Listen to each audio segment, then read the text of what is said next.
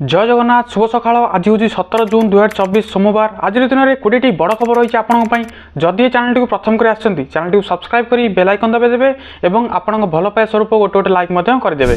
आज खबर नंबर 1, यही सब जिला को वर्षा और वज्रपात विपद नहीं येलो वार्निंग जारी। राज्य में 8टी जिला को सतर्क रहा परामर्श। आसंता 3 घंटा पर्यंत 8टी जिला को येलो वार्निंग जारी कर सतर्क रहा परामर्श देछि आंचलिक पाणीपाग केन्द्र। वर्षा घड़घड़ी सह झड़ तोफान पूर्वानुमान करी नवरंगपुर, मालकानगिरी, कोरापुट, रायगड़ा, गजपति, कलाहांडी, गंजाम एवं नुआपड़ा भली जिला को सतर्कता जारी करा जायछि। एही सब जिलावासी आसंता 3 घंटा पर्यंत पाणीपाग गतिविधि उपरे नजर रखिबा सह वज्रपात मुक्त स्थान में रहिबाकू परामर्श दिया जायछि। खबर नंबर 2, पाकिस्तान में 2 शतक कला टमाटो। गोटे दिन में 100 टंका बढ़िला दर। पाकिस्तान में 200 पार करिछि टमाटो दर। आज मुसलमान संप्रदायर ईद उल अदा रही। यही अवसर में पाकिस्तान रे टमाटो किलो 200 टंका पार करिछि। मात्र गोटे दिन में टमाटो किलो पिछा 100 टंका बढ़ी। पाकिस्तान रे एहार दाम 100 टंका पर्यंत रखिबाकू निर्देश रहिथिबा बेले वर्तमान ईद उपलक्षे यह 200 छुईछि। तेबे एपरी परिस्थिति को नहीं पेशवार डेप्यूटी कमिशनर जिला टमाटो परिवहन उपरे कटकणा लगाइछंती। खबर नंबर 3, लोकंक समस्या शुणुछंती मुख्यमंत्री। विश्वास भरोसा और खुशी रे फेरिछंती समस्ते। समय थिला अपराह्न। अनेक व्यक्ति संगठन साधारण लोक आसी राज्य अतिथि भवन में अस्थायी कार्यालय में मुख्यमंत्री को भेटी थांती। तांको भितरे थिले किछि छटेई कंप्यूटर शिक्षक। सेमानंक भितरे जणे थिले अर्जुन नायक। अर्जुन को गोटिए गोड़ नथिला। दुर्घटना से गोटिए गोड़ हराइथिले। तांको देखि मुख्यमंत्री गभीर दुख प्रकाश कले। तांको समस्या विषय शुणिले। तांको निज हाथ में मुख्यमंत्री पानी पियाई अधैर्य न होगा सांत्वना देले। अर्जुन निज आखि को विश्वास करि पारिले नाही। तांको आखिरु झरी पड़ुथाए आनंद अश्रु। आशा विश्वास और भरोसा नहीं से फेरिले। खबर नंबर 4, एनईटी प्रश्नपत्र लीक मामला। किछि स्थान रे अनियमितता अभियोग को मानिले केंद्र मंत्री। चलित वर्ष डाक्तरी पाठ्यक्रम नाम लेखा लगी अनुष्ठित national eligibility cum entrance test NET UG परीक्षा रे प्रश्नपत्र लीक सह व्यापक अनियमितता अभियोग होइछि। एने केंद्र शिक्षा मंत्री धर्मेंद्र प्रधान मध्य एनईटी को टार्गेट करिसेंती। संबलपुर गस्त समय धर्मेंद्र प्रधान कहिसेंती एनईटी परीक्षा रे किछि स्थान रे अनियमितता होइछि। दोषी को छड़ा जीवनी नियाजिबो कठोर कार्यानुष्ठान। यह नहीं खबर रही। खबर नंबर 5, सर्वाधिक आय करुथिबा प्रथम स्टेशन मध्य ओडिशा 4 स्टेशन। पूर्वतट रेलपथ सर्वाधिक आय करुथिबा 20 स्टेशन तालिका रे प्रथम 5 स्टेशन मध्य ओडिशा 4 स्टेशन स्थान पाई।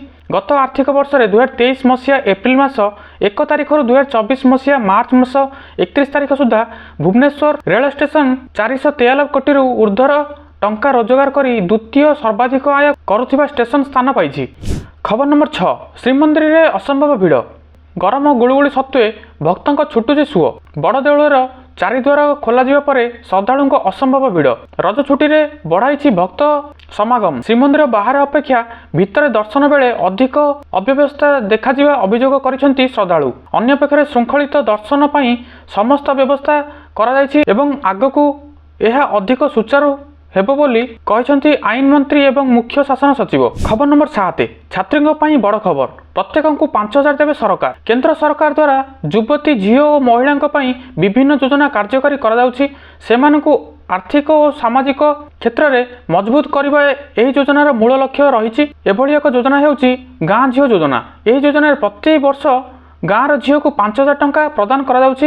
यह योजना लाभ उठाइबा कौन कौन डॉक्यूमेंट आवश्यक और योग्यता कौन रही ताहा जानिबा जरूरी। यह योजना लाभ उठाइबा हेले छात्री जनक 60% मार्क आनिथिबा जरूरी। आर्थिक रूपे अनग्रसर स्थिति रे परिवार झील को यह योजना लाभ मिल पारिबो। तेबे सबु वर्गर छात्रींक पई यह योजना उद्दिष्ट। यह योजना सामिल हेबाकू आधार कार्ड, जाति प्रमाणपत्र, 10वीं श्रेणी सर्टिफिकेट, ठिकाना प्रमाणपत्र, college certificate, college ID card, college I card, email ID सह मोबाइल नंबर आवश्यकता रही। ता सहित पैन कार्ड और बैंक पासबुक बाध्यतामूलक करा जायछि। खबर नंबर 8, भाजपा कार्यालय निकटर मिलिला बोमा, खेलिला आतंक। पश्चिमबंग कोलकाता ठारे थिबा भाजपार केंद्रीय कार्यालय निकटर एक बोमा भली जिनिस देखा मिली। यह सूचना पर घटना आतंक खेली जाइछि एवं पुलिस समग्र अंचल को घेरी रही। एने प्रश्न उठाई भाजपा नेता तथा उत्तर कोलकाता सभापति तमागान घोष कहते जदि भाजपा पार्टी कार्यालय सम्मुख में मिलता वस्तु एक बोमा तेबे कोलकाता पुलिस बोमा निष्कासनकारी दल केउठारे अछंती। ସେଠାରେ ସୁରକ୍ଷା ଅଭାବ ରହିଛି ବୋଲି ସେ କହିଛନ୍ତି। ଖବର ନମ୍ବର 9 2022 ନିର୍ବାଚନ ପୂର୍ବରୁ ଯୋଗୀଙ୍କୁ ହଟାଇବାକୁ ହୋଇଥିଲା ପ୍ରସ୍ତୁତ, ଏଠାରେ କରାଯାଇଛି ଦାବି।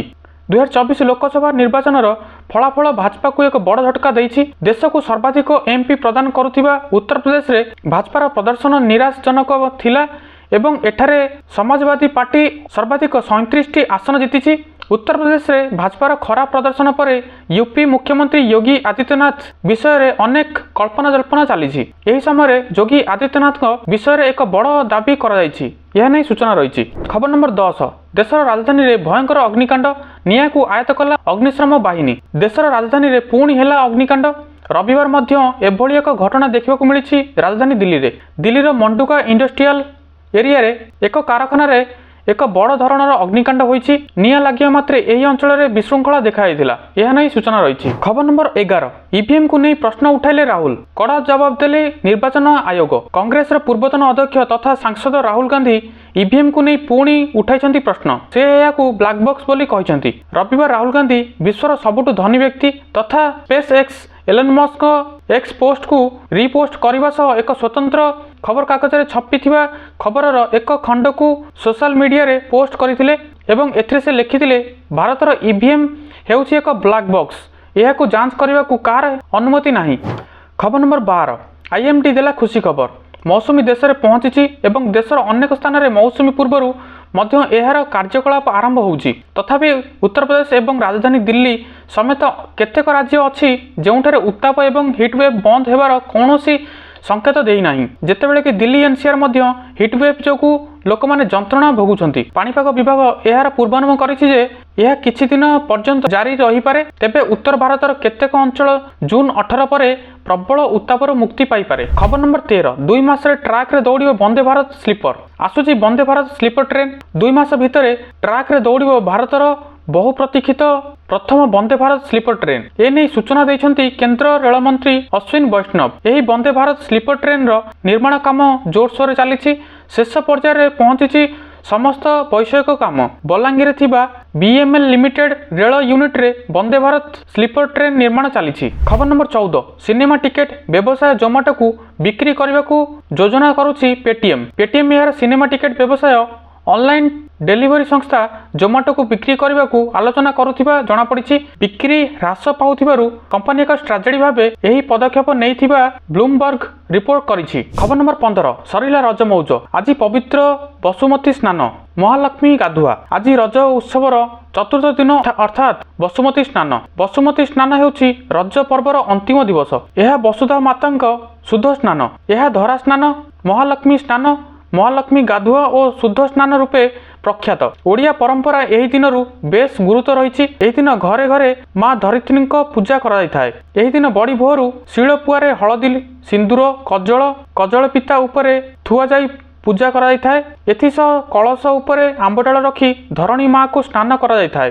ରଜସ୍ୱଳା ନାରୀ ଭଳି 3 ଦିନ ଅସ୍ପୃଶ୍ୟ ହୋଇ ରହିବା ପରେ ଚତୁର୍ଥ ଦିନ ସକାଳୁ ସ୍ନାନ କରି ପବିତ୍ର ହୋଇଥାନ୍ତି ଧରଣୀ ମା।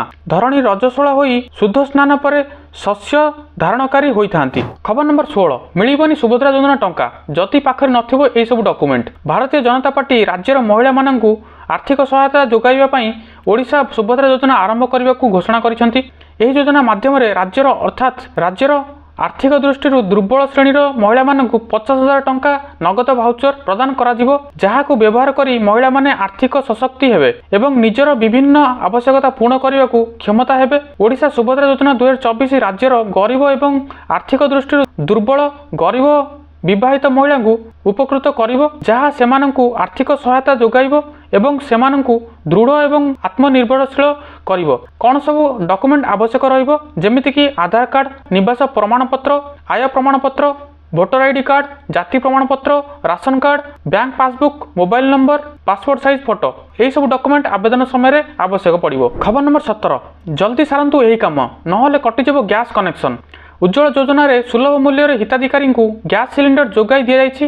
ଗତ ବର୍ଷ ଯେଉଁମାନେ ନୂଆ କନେକ୍ସନ୍ ପାଇଛନ୍ତି ସେମାନଙ୍କୁ KYC କରାଯିବା ପାଇଁ କେନ୍ଦ୍ର ସରକାର ମନ୍ତ୍ରାଳୟ ପକ୍ଷରୁ ଏକ ନିର୍ଦ୍ଦେଶନାମା ଜାରି କରାଯାଇଥିଲା। ଏଥିପାଇଁ କୌଣସି ବୟସ ସୀମା ଧାର୍ଯ୍ୟ କରାଯାଇ ନଥିଲା, କିନ୍ତୁ ବର୍ତ୍ତମାନ KYC କରାଇ ନେବାକୁ ସମୟ ସୀମା ଧାର୍ଯ୍ୟ କରାଇଛନ୍ତି ସରକାର। KYC ଯାଞ୍ଚ ପାଇଁ ଲୋକଙ୍କୁ ସେମାନଙ୍କର ଆଧାର କାର୍ଡ଼, ନକଲ ଦାଖଲ କରିବାକୁ ହେବ। ଇ କେୱାଇସି କରିବା ପାଇଁ ଗ୍ୟାସ୍ ଏଜେନ୍ସି ଗୁଡ଼ିକ ମେସିନ୍ ମଧ୍ୟ ଦିଆଯାଇଛି। ଯେଉଁ ବ୍ୟକ୍ତିଙ୍କ ନାମରେ ଗ୍ୟାସ୍ ଏଜେନ୍ସି ରହିଛି ତେବେ ସେମାନଙ୍କ ଦସ୍ତାବିଜ ନେଇ କେୱାଇସି ହୋଇପାରିବ। ଏହାକୁ ନେଇ ହିତାଧିକାରୀଙ୍କୁ ଏଜେନ୍ସି ଗୁଡ଼ିକ ଦ୍ୱାରା ଅବଗତ କରାଯାଇଛି। ଖବର ନମ୍ବର 18, ବନ୍ଦ ହେବନି କାଳିଆ ଯୋଜନା ଟଙ୍କା। ନୂଆ ସରକାର ନେଲେ ବଡ଼ ପଦକ୍ଷେପ। ଓଡ଼ିଶାରେ ବଦଳିଛି ସରକାର। ଦୀର୍ଘ 24 ବର୍ଷର ବିଜେଡି ସରକାରକୁ ହଟାଇ ବିଜେପି ନୂଆ ସରକାର ଗଠନ କରିଛି। ନୂଆ ମୁଖ୍ୟମନ୍ତ୍ରୀ ଭାବେ ଦାୟିତ୍ୱ ନେଉ ନେଉ ବେଶ୍ ଆକ୍ଟିଭ ମୁଡ୍ରେ ମୋହନ ଚରଣ ମାଝୀ। ନୂଆ ସରକାର ଆସୁ ଆସୁ ଗୋଟିଏ ପରେ ଗୋଟିଏ ଘୋଷଣା କରିବାରେ ଲାଗିଛି ବିଜେପି ସରକାର। ରାଜ୍ୟରେ ଚାଲୁଥିବା 5ଟି ଓ ମୋ ସରକାରକୁ ହଟାଇବା ନିର୍ଦ୍ଦେଶ ପରେ ଏବେ ଅନ୍ୟ ଯୋଜନାକୁ ନେଇ ଦ୍ୱନ୍ଦ୍ୱ ସୃଷ୍ଟି ହୋଇଛି। ଏହାରି ଭିତରେ ରାଜ୍ୟର ପୂର୍ବରୁ ବିଜେଡି ସରକାର ଆରମ୍ଭ କରିଥିବା କାଳିଆ ଯୋଜନାକୁ ନେଇ ଏକ ବଡ଼ ଖବର ଆସିଛି। କାଳିଆ ଯୋଜନା ବନ୍ଦ ହେବ ନା ଚାଲୁ ରହିବ ତାକୁ ନେଇ ଲୋକଙ୍କ ମନରେ ଏବେ ବି ଦ୍ୱନ୍ଦ୍ୱ ରହିଛି। ତେବେ ଏହାରି ଭିତରେ କାଳିଆ ଯୋଜନାକୁ ନେଇ ଏକ ବଡ଼ ବୟାନ ଦେଇଛନ୍ତି ଉପମୁଖ୍ୟମନ୍ତ୍ରୀ ତଥା କୃଷି ମନ୍ତ୍ରୀ କନକ ବର୍ଦ୍ଧନ ସିଂ ଦେଓ। ଏକ ଜାତୀୟ ଗଣମାଧ୍ୟମ ଏଜେନ୍ସିକୁ ଏଏନ୍ଆଇକୁ ପ୍ରତିକ୍ରିୟା ଦେଇ ସେ କହିଛନ୍ତି କାଳିଆ ଯୋଜନା ବନ୍ଦ ହୋଇଯିବ ବୋଲି କହିନାହିଁ। ଏହାସହ ସେ କହିଛନ୍ତି ଗୋଟିଏ ରାଜ୍ୟର 2ଟି ଯୋଜନା ସମାନ୍ତରାଳ ଭାବେ ଚାଲିପାରିବନି। ତେଣୁ ଖୁବ୍ ଶୀଘ୍ର ରାଜ୍ୟବାସୀ ପିଏମ୍ କିଷାନ ଯୋଜନାରେ ଲାଭ କିପରି ଅଧିକରୁ ଅଧିକ ଉଠାଇବେ ସେ ନେଇ ଯୋଜନା କରାଯାଇଛି। ଖବର ନମ୍ବର 19, ଆଗାମୀ 5 ବର୍ଷରେ 50 ବର୍ଷର ବିକାଶ ହେବ। ଆକ୍ସନ ମୋଡ୍ରେ ମୁଖ୍ୟମନ୍ତ୍ରୀ ମୋହନ ମାଝୀ। ସେ କହିଛନ୍ତି 5 ବର୍ଷରେ 50 ବର୍ଷ ବିକାଶ ହେବ। ଦୀର୍ଘ 24 ବର୍ଷ ପରେ ଆସନ ପରିବର୍ତ୍ତନ ହେଉଛି। ଯେଉଁଭଳି ଭାବରେ ଓଡ଼ିଶାର ବିକାଶ ହେବା କଥା, ଲୋକଙ୍କ ପାଖରେ ସେବା ପହଞ୍ଚିବା କଥା, ଲୋକମାନଙ୍କୁ ସାମାଜିକ ନ୍ୟାୟ ମିଳିବା କଥା ମିଳିପାରିଲା ନାହିଁ। ବିଗତ ଦିନରେ ଲୋକମାନେ ବହୁତ କଷ୍ଟ ପାଇଥିଲେ।